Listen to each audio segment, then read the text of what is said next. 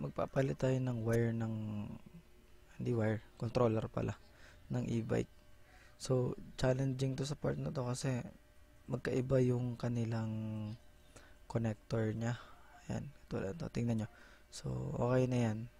Hindi yan pinag-isang tape ha, nakabukod yun sa ilalim. So, ito yung luma niya yung controller, no? So, sira na kasi hindi na nagkakaroon ng power output sa brushless motor o sa gulong. So, ayun.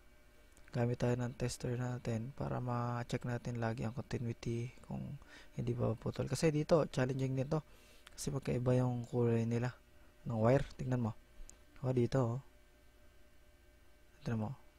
White, brown, and black. Tapos kabila, blue, red, and black. Diba? So, para malaman mo kung nasa ng connection yan, pagdating kasi dito sa kabila, iba naman ang kulay. So, gamit tayo ng tester dyan. So, yan. Ito yung sa Hall effect sensor ng wire. Dito yan sa may silinyador niya kumbaga. So, check natin kung ikot. Yun o. May ikot na siya. Bago na kasi yung controller natin. Mura lang to. Controller na sa online.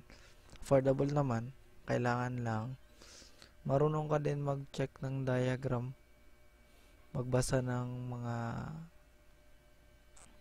specs, specification. Kasi hindi basta-basta pwedeng ikasalpak mo lang salpak lang, hindi tama yung connection niya. So, match naman sila. Yung binili ko na to specifically sa e-bike ng kapatid ko ay 350 watts ito. 48 volts, no? So, dito ang connection niya sa Hall effect sensor and sa selector niya ng speed. Okay naman.